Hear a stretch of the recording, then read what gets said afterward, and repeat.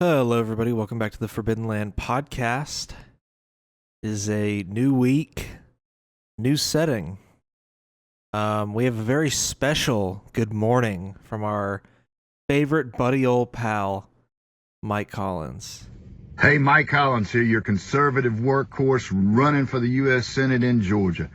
You don't know how much it means, and thank you so much for your support just throughout this entire primary. Because together, man, we've built a winning coalition of patriots all across Georgia. And now it's time to head to the polls and vote. Early voting starts today. If you need to, click the link to find your polling place. And remember, vote Mike Collins for U.S. Senate. Hey. I love this. Oh my god. I love this new genre of campaigning where politicians will just sit in their car and then annoyingly text you a video from their campaign. And I have gotten like 50 of these videos from different candidates. God, this light's so bright. Yeah, I've gotten like 50 different videos from various candidates. There we go. And it's super annoying because it takes up space on your phone. And like they're just like off the cuff, sitting in their fucking truck. Like, hey guys, I hope you vote for me. I know we're trailing in the polls, 17th place, but make sure to go out in this runoff election and vote for me in the primary. And and they're all like super nice in the video. And then they get on the campaign stage and they're like, we're gonna round up all the ethnic minorities and we're gonna kill them. Yeah. So yeah, a little good morning message from Mike Collins. Cool updates. I am in a new space. If it wasn't already obvious, I am moved out. This like could not be any brighter. But yeah, I'm moved out. I just got all this set up a couple days ago. I got internet a couple days ago, so that means that on Tuesday, June 16th, after the polls close, I will be going live and doing my first episode of Forbidden FM since the 2024 election. So that's the plan, is to do a little bit of election coverage. And, it'll be the first Forbidden FM I've done in almost 2 years. And it'll be the first one I've done in a new space. Because famously, I did not do one at all in the last setup. So, because the internet was really bad. So yeah, some interesting stuff happened this week. The big one, in my opinion, I might have to turn off this light because it's like reflecting off my forehead like crazy. Good lord, look at that. Yeah, I'm turning it off. Oh well. No cool light for me. So, the Republicans and the Department of Homeland Security have decided that they no longer want to report ICE-related deaths in the concentration camps. Because ICE has all of these detention facilities that they don't call concentration camps, but they are concentration camps. Be real. And the GOP and the DHS have decided, according to Mark Wayne Mullen, that they will no longer be releasing the death reports of detainees. This comes after the deaths of recently released detainees surged to a 2-decade high. Interesting. Now, these concentration camps,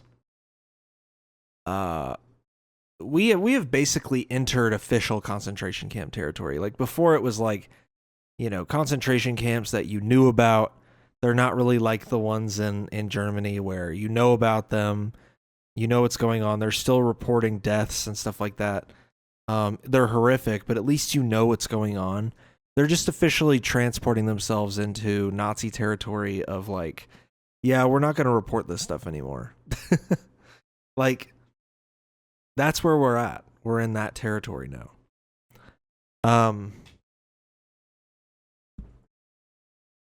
I think it's super fucked up. I think it should be illegal for the government to not report, you know, data about anything that they do. Because, you know, it's the people's government. It's not an organization. It's the people's government. Look at my hair, bro. Dry as hell. It's the people's government. So you should have full access to all of its information, its data, what it finds out about stuff, what it's doing, with its policy, like how it's affecting people. You shouldn't be in the dark about how many people are dead because of ICE detentions.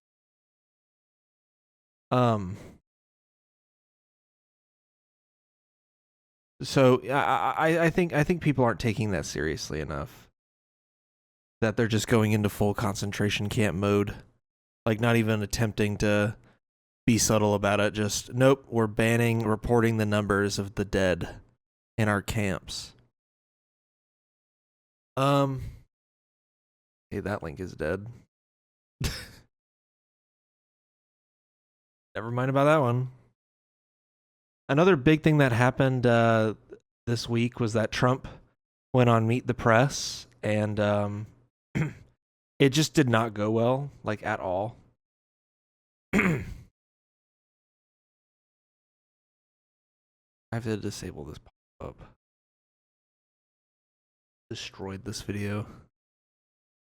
So he went on Meet the Press, and it just did not go well. For like the first like 45 minutes of the interview, it's raining, they're in a barn, they have to keep stopping the interview because the rain's too loud. You know, and then she starts like grilling him about the Iran war. I'm pretty sure all they talked about was the economy and the Iran war. So I guess if they're talking about the Iran war. But in the interview, he gets like really mad because she's playing it kind of strategic, right? And keeping him cool and collected, I guess you could say. And yeah, he don't fuck with that. The election was rigged. It was a dirty election. And it's happening again right now in California. Presented evidence. It's happening right now in California. Right now, look at what's happening in California. To that? It's the 4 Republicans days. are doing well in California. No, they're not. They're dropping fast because it's a rigged election. Let me tell you, it's 4 days. And they aren't even close to coming up with it. You know why they're doing that? Because they're cheating on the election. Do you have evidence to support that? All I have to do is look. All I have to do is look. That's not evidence. And I listen to people, and let's see what happens. But, sir, that's not evidence. Do you think it's appropriate? That's how they count the votes in California. Do you think it's appropriate that they have an election, and 5 days later they're nowhere close to picking a winner? State and local officials acknowledge they are slow. They're urging. No, they're crooked. They're urging the votes to be counted quickly. That's how they vote in California. They're crooked, just like you're crooked. Your press is crooked, and Meet the Press is crooked. To be fair, I'm not crooked, but let's Really? Let's Well, continue. you play right into their hands. Let's continue. You're either crooked or you're stupid. You play right into their hands with this rap. He did this during the 2020 election too. And I don't get it. I don't get this point. I mean, I know why he's doing it, but then I've heard like normal people repeat it. And I'm like, people, what are you expecting here? Why do y'all want the election done and over before midnight? You really want them counting up all those votes over 5 hours? At least in Georgia, it closes at 7. You want them counting those votes in just a few hours? Millions of votes. Potentially fucking it up? You really want them doing that just so you know by the time you wake up in the morning? This really goes to show like the sportification of our elections in this country. the way that we treat it like it's a sport. It lasts like 2 years. You know, the moment the midterms are over, the primary begins for the next general election. And it's like a 2-year long battle to the death to see who's going to win the nomination and then who's going to win the election. And for some reason, people think that it should be done and over by the end of the night. And in 2020, there were COVID restrictions. And so he was playing into the whole, Biden didn't win Georgia until a week after the election. They should have had the results night of. Stop the count. Stop the count. Like, yeah, in California, they're a bit more thorough, and the ballots are counted differently. And that's just how it goes. You should want a lot of things in one day. You know, I get it. You want your food by the end of the day. You might want your mail or your package by the end of the day. Sure, there's services for that, for better or for worse. I don't know. If you have an emergency, you need to make it to the hospital by the end of the day. Sure. But you shouldn't want the entire election to elect your next official. You shouldn't want that over in just a few hours. You should want them to take their time. And so I've never understood this argument. Look at them. It took them 5 days just for our Republican candidate to lose in the LA mayoral primary. That's right. That's right. That's all he's mad about. That stupid fuck, whatever his name is, Spencer Pratt, I think. They really thought, the Republicans really thought that a Republican was going to win a spot in the Los Angeles mayoral election. Are we fucking serious right now? And here's the funniest part is that like the way that they count the ballots in California, the Republicans have designed this perfectly, because in a lot of places they don't count mail-in ballots until after election day. And that's why they don't want Republicans voting by mail, even though Trump himself voted by mail in this last election. That's why they don't want people voting by mail, because if you vote by mail, your vote will be counted later, and they want to be able to say, look, on election day, our guy had the most votes. Stop the count now. And, all those mail-in votes are fake. That's how they do it. It's such a ridiculous line of attack here. They look at how they do it in California. They should have already had it done by now. You know that these elections are rigged. Your network knows that they're rigged. You know that I won an election. You know, the only justice we could ever see with this man, because the whole thing he goes on with the rigged election thing is just because he's a narcissist. He can't believe that the majority of the country didn't vote for him, and the states that definitely didn't vote for him, that's why he punishes them by sending ICE there. The only justice we can get is not if he dies, by the way. A lot of people want him to die. I get it. But that's not justice. You want justice? We need to torture this motherfucker.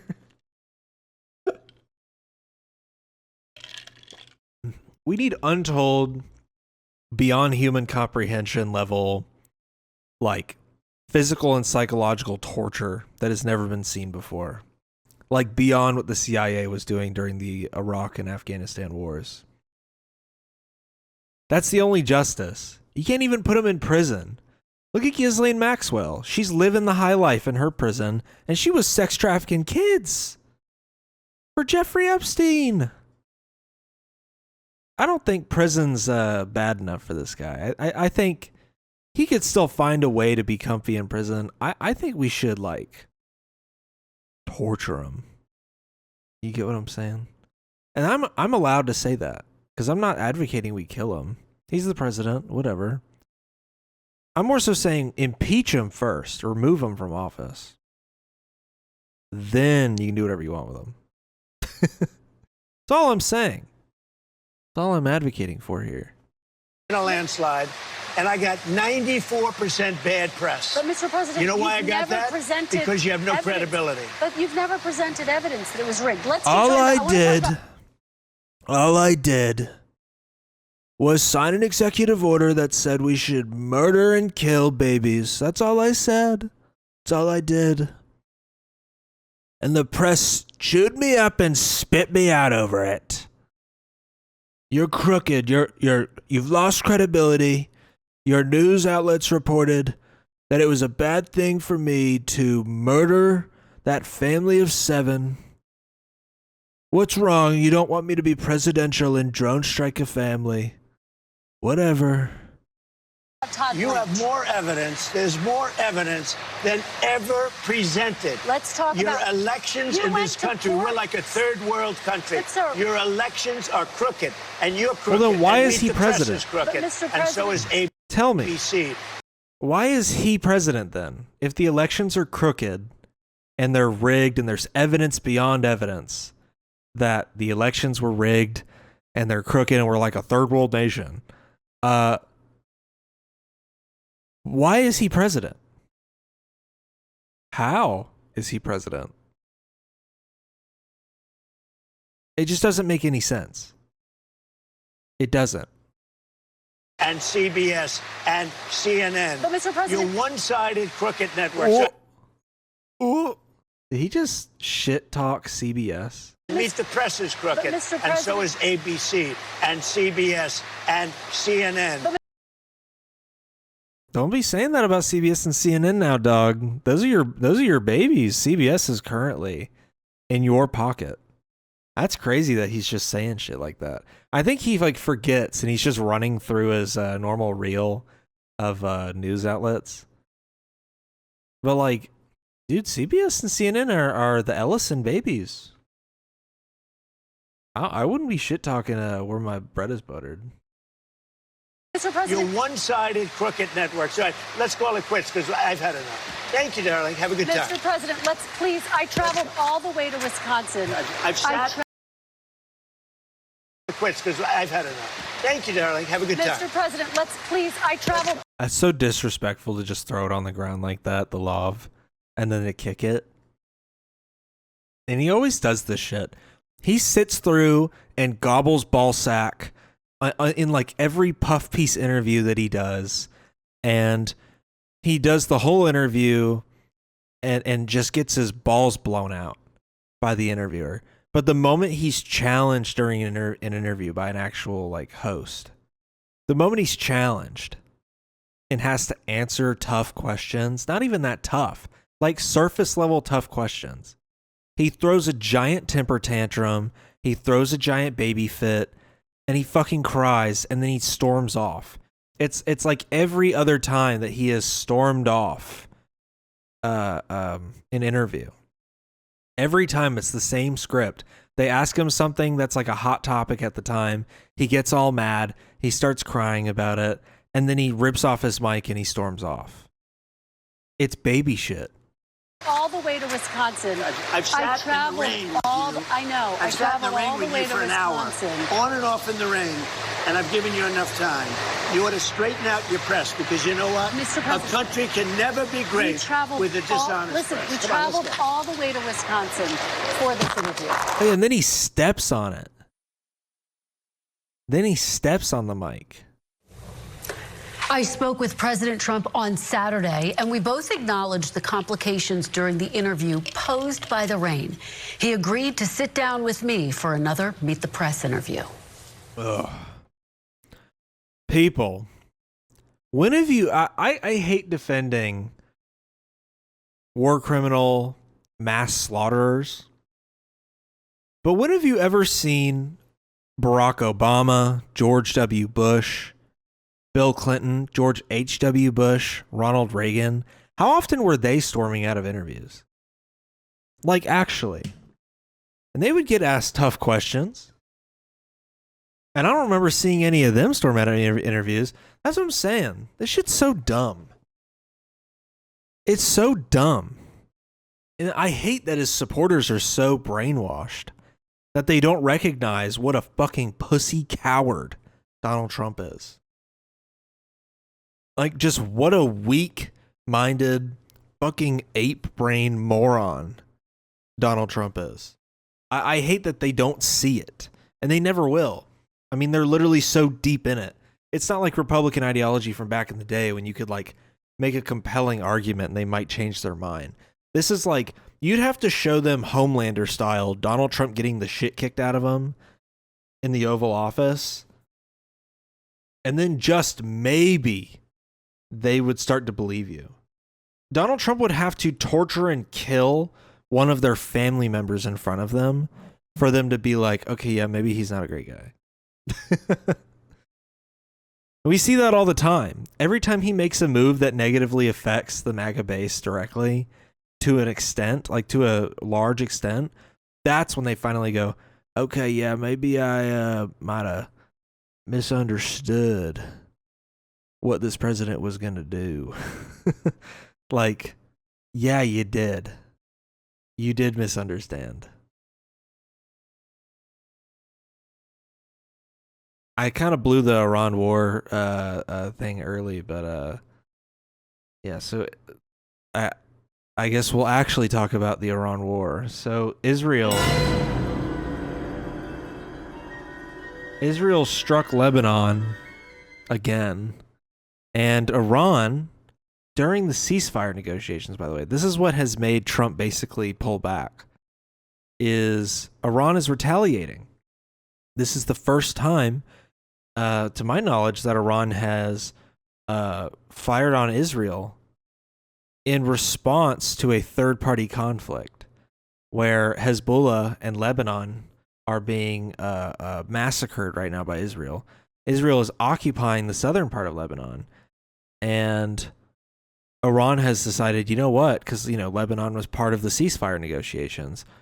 Iran has decided, you know what, fuck it. We're firing missiles at you, dog. And so that's what they did. What? All my links are getting destroyed, bro.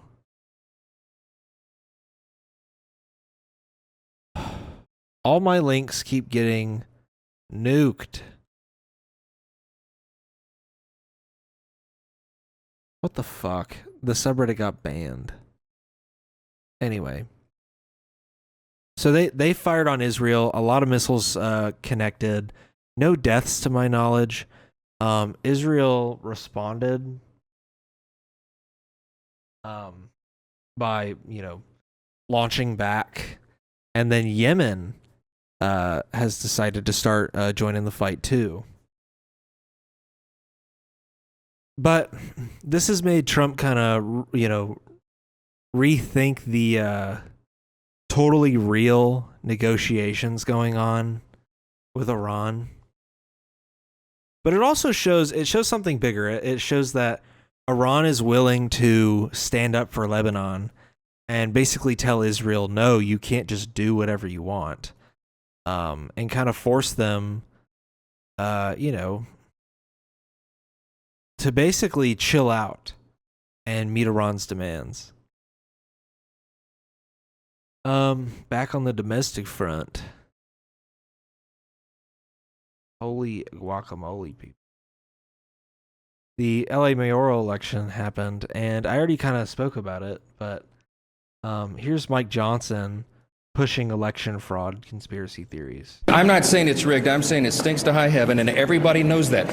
Let's remove the appearance of impropriety. Let's have what a concept. Let's have votes on an election the day of the election. That's what many states are able to do. I think California is playing around with this. But what evidence is there to prove that there was rigged? Look, some of these efforts are so diabolical and so far upstream it is impossible to prove. But I think everybody knows instinctively something is wrong here. And that's a concern. We need people to believe in the integrity of our elections. If you want people, I'm getting so exhausted having to repeat this. If you want people to all vote on one day, millions of people voting on one single day, make polling stations, force polling stations to stay open from like 5 a.m. until fucking 10 o'clock at night, and make it a federal holiday and require businesses to allow their workers to leave and vote. And then open more polling stations.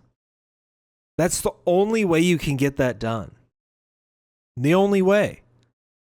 Like, literally the only way that that's even feasible, and that's even physically fucking possible, is if you do it that way. Like I said, I don't understand this obsession with the election must happen on the one day and it must be finished by the end of said day. I don't understand that. I think it's a bit ridiculous and unrealistic. I mean, people, there are like over 300 million people in this country. About half of which are like registered, like qualified voters, like they can go out and vote. You want that many people to all go out on one day and vote? Yikes. It's just ridiculous. It's the same bullshit over and over. And it's not shocking that a Republican would lose in the LA primary. Come on. The final results were Nithya Raman and Karen Bass, the current mayor and incumbent, winning the primary. And Nithya Raman won by like 30,000 more votes than Spencer Pratt. Who is surprised by this? Like, actually, who is surprised?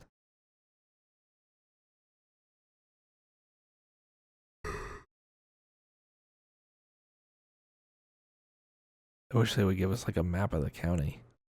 Yeah, nobody is surprised by this, except for the Republicans, apparently.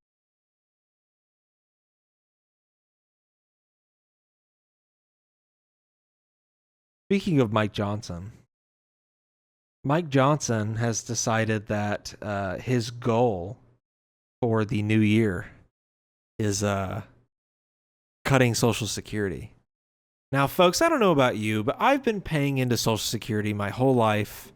And if they decided to cut Social Security, I would want all that money back. But I don't want them to cut Social Security. I want them to keep it so people can continue to be able to receive government retirement benefits. And by that, I mean a government check as a retirement check. That way we don't have people in their late 60s, their 70s, 80s, even 90s, still attempting to work just so they can afford food. I think they've done enough. You know, the concept of labor has been completely distorted in this country. People do labor because there are jobs that need to be done. You know, do we need fast food workers? Not really. But if you want a burger in like under 5 minutes, you need fast food workers. But if we're talking about like people essential to society, we do need garbage men. We do need construction workers. We do need people that will fix the roads. You know, we do need all these people. And the concept of retirement is to tell the older people, hey, you've done your part for society. You've kept us running for the last 40 or so years that you've been working. You know, go ahead, you know, cash in that retirement and enjoy the rest of your life. Relax. We'll take care of the rest. The new generation will take care of the rest. That's supposed to be the idea. And people like this go, Social Security. Why would we have Social Security? Just go through your company and get your retirement benefits and your 401k. Why would we assist old people being able to retire comfortably? So that I think it's justified to have Social Security. and like Medicaid and all that stuff. Let's hear what Mike Johnson has to say about it. We've been doing all that, and then we're going to lead up to what we have to do and address. The largest spending items, the reason we're in trouble is because over 74% of federal spending is on autopilot, mandatory spending. That's your entitlement programs like Medicare, Medicaid, and then things like Social Security. They have to be adjusted and fixed. Social Security is also not paid for by your main taxes. It's paid for by a separate tax that you pay on every check. Like, when you get Social Security, or when you pay into Social Security, you're paying a separate amount. You know, it's not like your Social Security is coming out of your main check directly. I realize I don't have it. The fuck? It's not coming out of your main check. You know, it's not coming out of your main taxes. It's coming out of your check as a separate expense. So him being like, oh, all this mandatory spending, Social Security. Dog, we have a separate pool of money for that. We have a plan to do that next year, and it's critical because we're at $40 trillion plus. We should cut all these entitlement programs so we can keep spending infinite money on the military. Come on, guys. We need more money for the military. So a Republican congressman, Rob Whitman from Virginia, was asked about these Social Security cuts. And here's his response. Congressman, what is Mike Johnson's secret plan to cut Social Security? Hey, how you doing? I'm good. I'm good with that. Yeah, I'll be there in just a few minutes. No response, sir? I'm heading your way right now. Yeah, it's over at 416. Congressman, what is Mike Johnson's secret plan to cut Social Security? Listen, I appreciate that. I've got some more efforts that I want to talk to you about. There are actually more things that we have to be working on. Yeah, I want to make sure that we're putting. No response, sir. Do you notice how much his face is like scrolling on the unlocked phone with no phone call on it? He just keeps tapping shit on the phone. Also, listen to how detailed this conversation is. I want to talk to you about. There are actually more things that we have to be working on. Yeah, I want to. He has it like perfectly timed for responses and everything. Make sure that we're. This dude's good at acting. No response, sir. Yeah, listen, thanks. I appreciate your help on this. I really do need some more of your input. Yeah, if you can actually reach out, I'll make sure that we do more of this. Yeah, listen, I really appreciate it. Thank you. Yes, I believe me, I understand. There's more of those things that we need to work on. Yes. Well, thanks again. Listen, I appreciate it. Thank you. Congressman, what is Mike Johnson's secret plan to cut Social Security?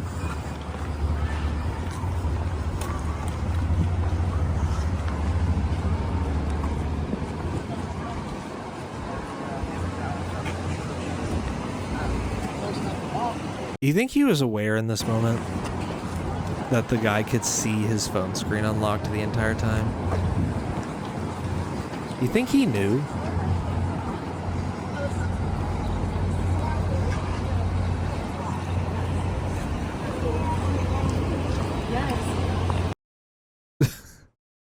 You think he knew that his phone was on the entire time, like the guy could see it? That's so embarrassing. All right, let's talk about the big thing that I wanted to finish off this episode with. Big stretch. Where is my phone? That means I just haven't had it on me at all this whole time. So the New York Knicks, for the first time since like 1999, we're going to the NBA playoffs. and they were going to be playing in Madison Square Garden against the Spurs. And, you know, Mom Donnie was even talking about it. He was going to go to the game. They've planned like a big watch party outside of Madison Square Garden for the people that couldn't afford to get in. And, you know, all around a good time. Everybody's having a good time.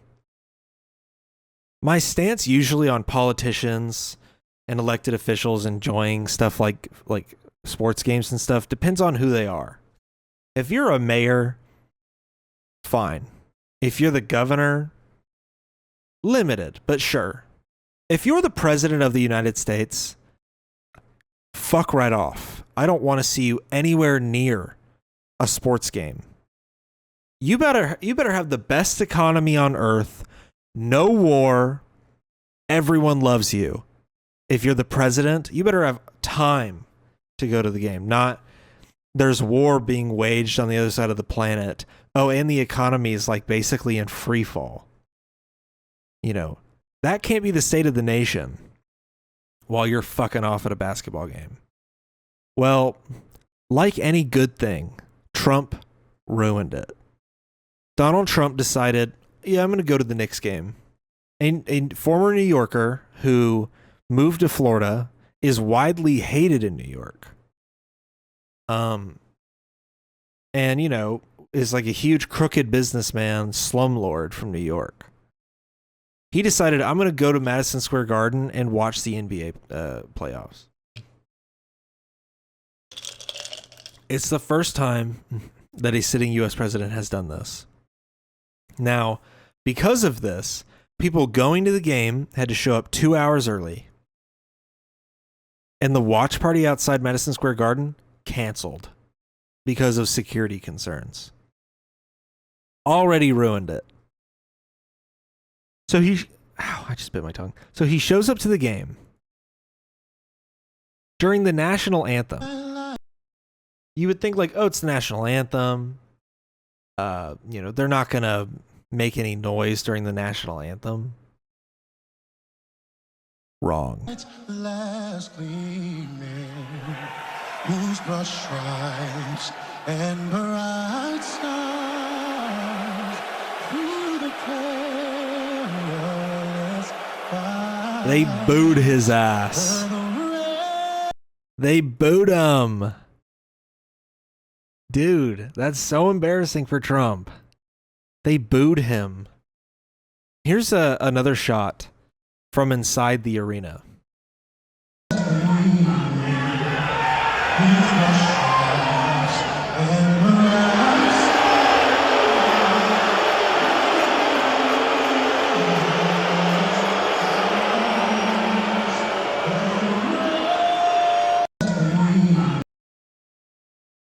Folks, it's over. I've genuinely never seen that. A president so unpopular that they interrupt the Star-Spangled Banner to boo the president. I've never seen that. Now, here's the worst part, is that he's there in like a box seat. He's already ruined the watch party. He's already been booed during the national anthem. What could be worse? He's already ruined it, right? The Knicks lose because he fucked the vibe up so bad. The Knicks straight up lost.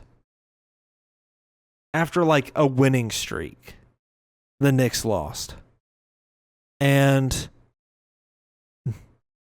this isn't the worst part. The worst part is that it was all for nothing. You know why? Because he fell asleep during the game. Are we fucking serious right now? What the hell does Trump know about basketball? So he goes to the game, ruins the vibes, kills everybody's mood, and the Knicks lose, and he falls asleep during the game. So it doesn't even matter.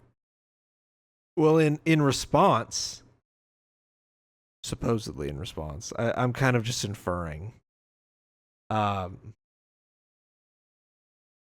In response, he's preparing to send ICE in large numbers to New York City, a city that has seen a very positive decrease in murders, a very positive swing in lowered crime, all because of Mamdani.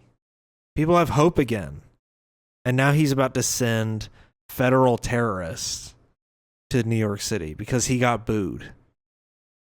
Notice how he held off until right now to send troops in. So he just ruins everything. And this is my policy. Members of Congress, the president, the Supreme Court, all the people that serve in these branches have it way too fucking easy. When you get elected to something like this should be a lifetime commitment. Not exactly a lifetime commitment, but it should be a commitment that your every waking moment is dedicated to that job.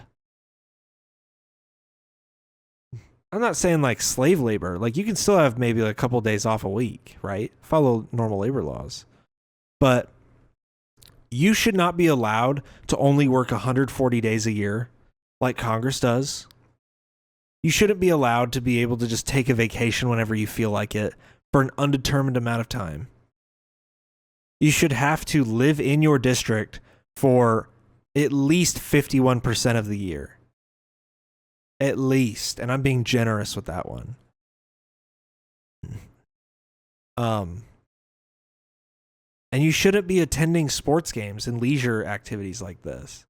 The president being like, yeah, I'm just going to go fuck off to a Knicks game while Iran and Israel are fighting, while the economy is the worst it's been in like 5 years. Unacceptable. You might think, oh, it's because it's Trump. No, if it had been anybody, I'd be mad. If it was Obama, Bush, Biden, I'd be annoyed as fuck. I'd be like, why are you fucking off and getting silly at a sporting event when you should be running the country? I mean, is that an off-base take? You know what I mean? Anyway, that's it.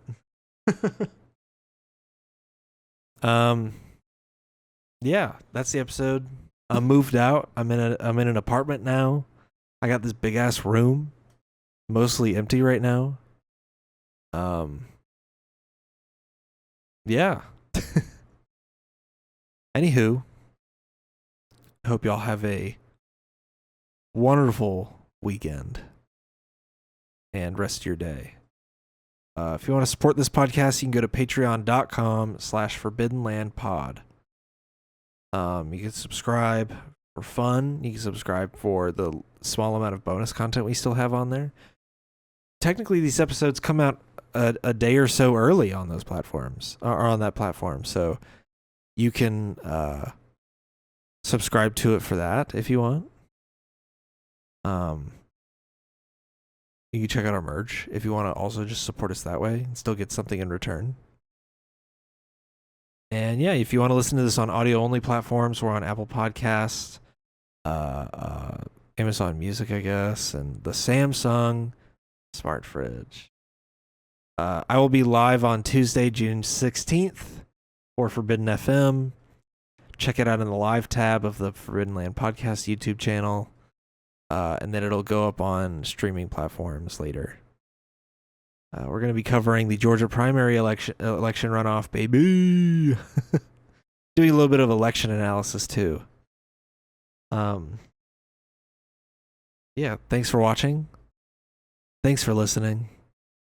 And I'll see y'all in the Forbidden FM episode. Peace.